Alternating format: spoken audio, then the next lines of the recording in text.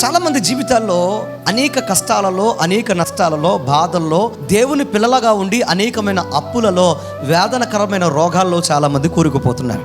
దేవుని సన్నిధికి వెళుతున్న జీవితాలు బాగోక, బ్రతుకులు బాగోక ఏడుస్తున్న వారు చాలామంది ఉన్నారు.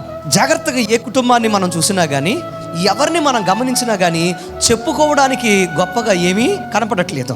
ఎంత చెట్టుకు అంత గాలినట్లుగా ఒక్కొక్క కుటుంబంలో, ఒక్కొక్క వ్యక్తిలో ఉండవలసిన బాధ, కష్టముల చేత నలిగిపోతున్న వారు చాలామంది ఉన్నారు. ఈ రోజున ఇక్కడ కూర్చున్న వారే చాలామంది జీవితాల్లో వేదనతో, దుఃఖముతో, కష్టముతో, నష్టముతో, గుండె పగిలిన అనుభవాల్లో చాలామంది వచ్చారు. అర్థం కాని పరిస్థితులు వారిని ఎంతో అతలాకుతలం చేస్తూ ఉంటే నిలబడలేని దౌర్భాగ్య స్థితి చాలా మందిలో ఉంది. నా ప్రియ తమ్ముడు, చెల్లి, ప్రియ సహోదరి, సహోదరుడు, ఎందుకు ఈ మాట మీకు నేను తెలియజేస్తున్నానంటే, చాలా మంది ఇలా అనుకుంటారు, మేము ప్రార్థన చేసుకుంటున్నాం కదా, మందిరానికి వెళుతున్నాం కదా, ఏంటి ఉపయోగం? ఎంత భక్తిగా ఉంటున్నాను కదా, నా జీవితంలో ఈ కష్టం నుంచి నేను ఎందుకు బయటపడలేకపోతున్నాను? ఎంతగా నేను దేవుని యొక్క మందిరములో నేను లోకం వైపు కానీ, లోకస్తుల వైపు కానీ, లోక పోకడల వైపు కానీ ఎంత మాత్రం నేను తిరగకుండా, నేను చూడకుండా దేవుని యొక్క సన్నిధిలో ఎంత నమ్మకంగా ఉంటున్నా కానీ నాకు కలిగిన ప్రయోజనం ఏంటి, ఉపశమనం ఏంటి, నాకు కలిగిన ఆనందం ఏంటి, సంతోషం ఏంటి, నా జీవితంలో నేను చూసిన విజయం ఏంటి? ఏది కనపడట్లేదే. భక్తి వల్ల ప్రయోజనం లేదా? ప్రార్థన వల్ల ప్రయోజనం లేదా? దేవుని సన్నిధి వల్ల ప్రయోజనం లేదా? లేకపోతే పరిచర్య వల్ల ప్రయోజనం లేదా? ప్రార్థనలో ఉన్న ఉపవాసాల వల్ల ప్రయోజనం లేదా? ఏంటండి మా బ్రతుకు, ఏంటండి మా జీవితం అని మీకు అనిపిస్తుంది కదా. ఈరోజు నువ్వు అనుభవిస్తుంది వాస్తవం, నువ్వు పడుతున్న కష్టం వాస్తవం, నువ్వు పడుతున్న వేదన వాస్తవం, అలాగే నువ్వు ఎదుర్కొంటున్న కష్టాలు, నష్టాలు, శత్రు భయం కూడా అది వాస్తవమే. ఈ లోకస్తులకు నీకున్న తేడా చెప్తాను విను. లోకములో ఉన్న వారికి కష్టాలు వస్తాయి, నీకు కష్టాలు వస్తున్నాయి. లోకంలో ఉన్నవారు బాధలు పడుతున్నారు, మీరు బాధలు పడుతున్నారు.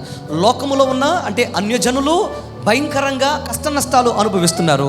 దేవుని పిల్లలుగా ఉన్న మీరు కష్ట నష్టాలు అనుభవిస్తున్నారు. లోకముతో పోల్చుకుంటే, మీ చుట్టుపక్కల వారితో పోల్చుకుంటే, లేకపోతే దేవుని సన్నిధికి రాని వారితో పోల్చుకుంటే, భక్తి లేని వారితో పోల్చుకుంటే, ఇంకా మీరే ఒక రవ్వ ఎక్కువగా, లేకపోతే ఇంకొంచెం ఎక్కువగా కష్ట నష్టాల్లో కృంగిపోతున్నారు కదూ. అది వాస్తవమే. కానీ ఒక మాట చెప్తాను వినం. లోకస్తులకు, దేవుని ఎరగని వారికి కష్టాలు, నష్టాలు, బాధలు, నిందలు, అవమానాలు వస్తే, గుండె చెదరిన పరిస్థితి వస్తే వారికి తోడుగా వారి జీవితంలో ఎవరూ ఉండరు. కానీ దేవుని పిల్లలకు కష్టాలు వస్తే, దేవుని పిల్లలుగా అవమానాలు వస్తే, ఈరోజు నువ్వు ఏడుస్తూ ఉంటే, అప్పుల్లో భయంకరమైన బాధాకరమైన పరిస్థితులు నువ్వు కృంగిపోయి ఉంటే, శత్రువు నిన్ను తరుముతూ ఉంటే, భయంకరమైన రోగం చేత నువ్వు నలిగిపోతూ ఉంటే, నిన్ను ఆదరించడానికి, నిన్ను కాపాడడానికి, నిన్ను రక్షించడానికి నా ప్రభువైన యేసుక్రీస్తు నీతో ఉన్నాడు. లోకములో లేనిది దేవుని మందిరములో ఉన్నది. ఇక్కడ నీకు దొరికేది ఏంటో తెలుసా?